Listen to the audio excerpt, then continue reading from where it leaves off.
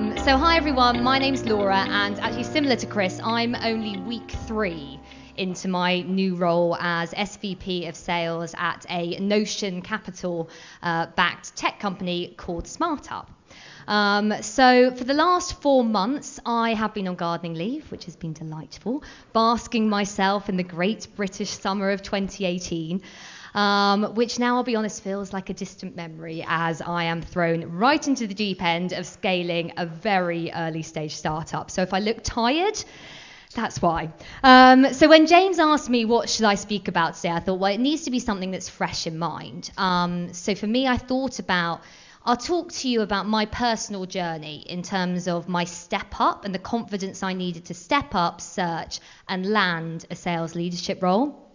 And what was interesting for me, and bear with me on this, it is going towards a theme, is that on that search for my new role, one of my good friends was actually also on the search for a new man in her life. And of course, we'd be talking over a glass of wine, and we found that there was quite a similarity in terms of the search for a new job and the search for a new lover. Both are very personal in terms of the decision. There's lots of personal influences that make that decision happen. And basically every man, woman and their dog wants to give an opinion on what you should be doing. So by no means about what I'm going to say in the next few minutes is it gospel. You know, it's my personal story. Take from it what you will. Hopefully there'll be a couple of things that you can relate to or remember when you are potentially looking for the new role, or indeed, in my friend's case, landing the new lover. So in classic sales style, I'm going to take you through my top 3 tips, power of 3. So tip number 1, make sure you have real clarity in terms of what it is you're looking for. Now, that sounds really obvious, right? But believe you me, as soon as word gets out that you're on the market, you'll be wooed left, right and center with opportunities. And it's at that point where you need real clarity of thought, to use a Tinder analogy, of when to swipe left and when to swipe right. So in terms of my tip for that, it really follows what Chris was saying. I created my own scoring matrix to really be able to have that clarity and qualify all of the different opportunities that were being, that I went for or were laid out in front of me, to qualify whether they were in or out and should I pursue them further. Just like all of you would in any good sales process, right? Now, the other thing I would say as part of that is in that scoring criteria, as someone that was searching for a job, actually put the interview process in your scoring criteria. For me, it was amazing interviewing through a variety of different shapes, sizes of companies. That process gives you a real early indication of what that company is going to be like to work for. And by all means, grab me later and I'll talk you through the good, the bad and the ugly of what I experienced there. So that's tip number 1, follows on from what Chris said, reinforcing the message of if you are looking at a career change, remember why you've left your existing organization, capture it at that point, and then really document what's important to you and score each opportunity against that. So tip number 2 is, again, following my Tinder analogies, don't be afraid to swipe left. And for those of you that haven't used Tinder, that basically means reject or no. Don't be afraid to say no.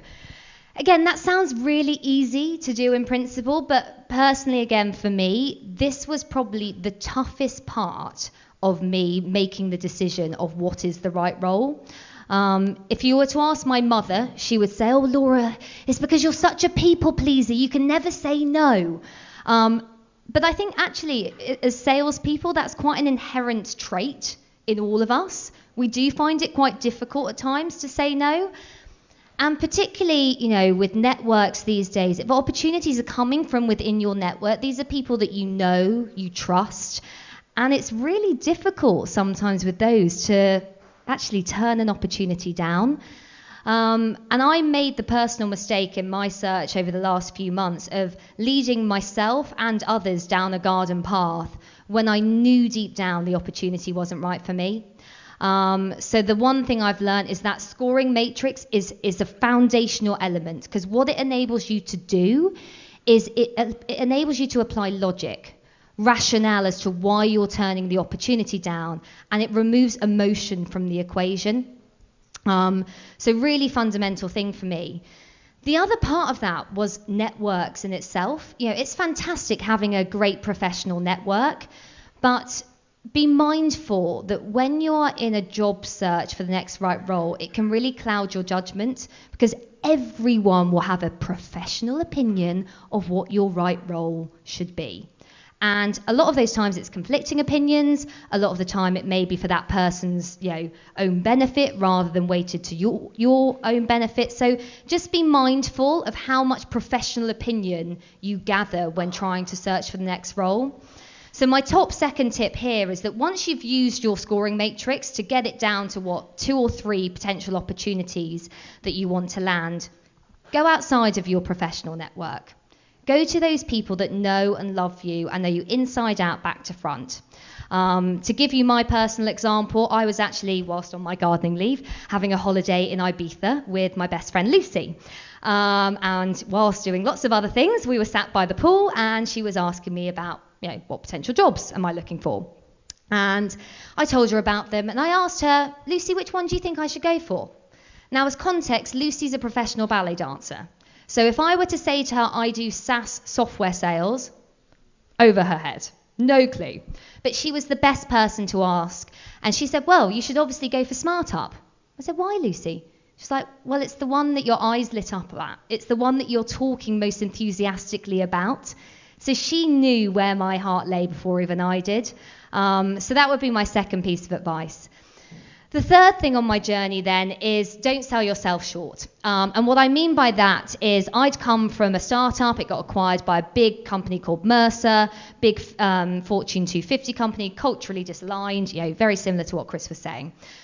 I wanted to make sure I was joining an early stage startup again, and I wanted a sales leadership role. But I had some principles that I wasn't going to budge on.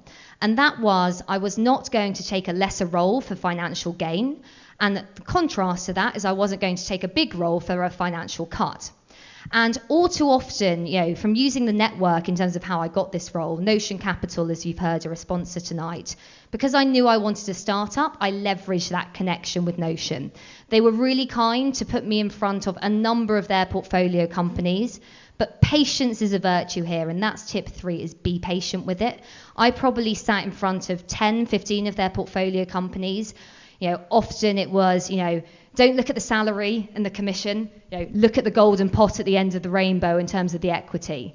Now, my personal opinion on early stage startups, no one, not even the founder, knows what that equity is worth. So it's quite dangerous to be lured purely by equity. Now, of course, if you can afford to, brilliant. But I was not in that personal circumstance to do so.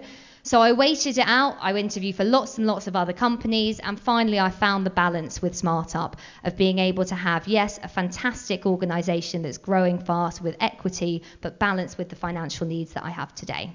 So again, my personal journey, hopefully there's a few tidbits in there. But yeah, that's me. Thanks.